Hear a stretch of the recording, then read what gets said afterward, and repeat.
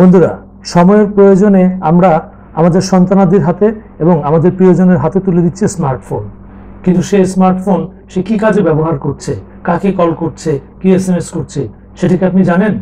যদি ফোন হাতে নিয়ে দেখতে চান তাহলে দেখা যাবে কল লিস্ট অথবা SMS গুলো মুছে ফেলেছে। আপনি চাইলেও সেগুলো দেখতে পাচ্ছেন না, কিন্তু এই স্মার্টফোনের কারণে সে খারাপ পথেও চলে যেতে পারে, বিপদের সম্মুখীন হতে পারে।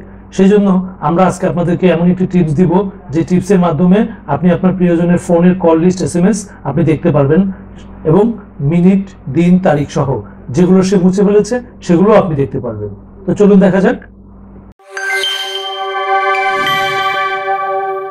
বন্ধুরা, নতুন নতুন ভিডিও পেতে আমাদের ইউটিউব চ্যানেলটি সাবস্ক্রাইব করুন এবং আমাদের ফেসবুক পেজে লাইক ও ফলো করে আমাদের সাথেই থাকুন। প্রথমে আপনি আপনার প্রিয়জনের মোবাইলটি নেবেন, তারপরে চলে যাবেন প্লে স্টোরে। প্লে স্টোরে গিয়ে আপনি লিখবেন E2PDF। এরপর আপনি এটিতে ক্লিক করবেন, এই অ্যাপসটি ইনস্টল করে নেবেন।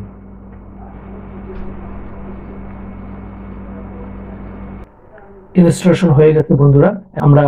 এখন আমরা অ্যাপসটি ওপেন করব। ওপেন করলে এখানে I have read and agree with the terms of use, এটা আমরা টিক চিহ্ন দিয়ে দিব, তারপরে প্রসিড দিব।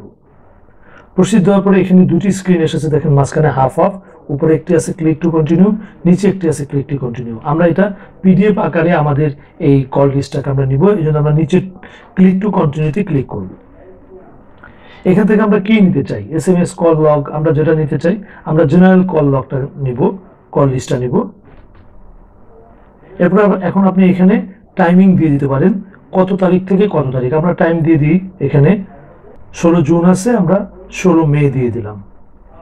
16 মে থেকে 16 জুন, দ্যাট মিনস এক মাসের কল লিস্ট আমরা এখানে দিলাম এবং প্রথমটিতে টিক চিহ্ন থাকবে call log details.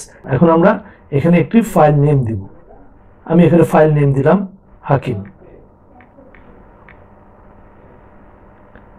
File name দেওয়ার পরে এখন আমরা দিব এক্সপোর্ট টু PDF। তারপর আমরা অ্যালাউ করব, আবার অ্যালাউ করব, আবারও অ্যালাউ দিব। এখন আমাদের কল লিস্টটি ওপেন হয়ে গেছে। দেখেন এখানে আমরা যদি এখন জুম করি, জুম করলে আমরা দেখতে পারবো name, phone number, time, duration, type. হ্যাঁ, এখানে টোটাল কল লিস্টটি আমাদের ওপেন হয়ে গেছে। তবে অনেক সময় আপনি এটি এক্সপোর্ট টু PDF দেওয়ার পরে সাথে সাথে ওপেন নাও হতে পারে, সেই ক্ষেত্রে আপনি এটা আপনার মোবাইলের ফাইল ম্যানেজারে গিয়ে বের করতে পারবেন। আমরা দেখিয়ে দিচ্ছি সেটাও। আপনি চলে যাবেন আপনার মোবাইলের ফাইল ম্যানেজারে। আমার এখানে মাই ফাইলস নামে আছে। ফাইল ম্যানেজারে যাওয়ার পরে ইন্টারনাল স্টোরেজে চলে যাবেন। এখানে E2PDF নামে একটি ফোল্ডার তৈরি হবে। এই যে দেখুন E2PDF, এই ফোল্ডারটিতে ক্লিক করবেন। দেখুন আমি যে নামটা দিয়েছিলাম সেই নামেই ফাইলটি সেভ হয়েছে। এখন এটিতে আমরা ক্লিক করব। অলওয়েজ, এখন দেখুন আমার সেই ফাইলটি এখানে কিন্তু আমার সেই কল লিস্টটি চলে এসছে। আমরা এক মাসের কল লিস্ট এখানে আমরা দেখতে পারবো। এটির মাধ্যমে আপনি জানতে পারবেন আপনার প্রিয়জন বিপদগামী হচ্ছে কিনা বা কোনো সমস্যার সম্মুখীন হচ্ছে কিনা এই কল লিস্টের মাধ্যমে, বা একই নাম্বারে বারবার কল করছে কিনা, বা কত মিনিট সে কল করছে, কত মিনিট সে কথা বলছে, তার সবই আপনি ডিটেলস এখানে দেখতে পারবেন। তো কেমন লাগলো বন্ধুরা? কমেন্টস আমাদেরকে অবশ্যই জানাবেন। আজকের ভিডিওতে এই পর্যন্তই। ধন্যবাদ সবাইকে।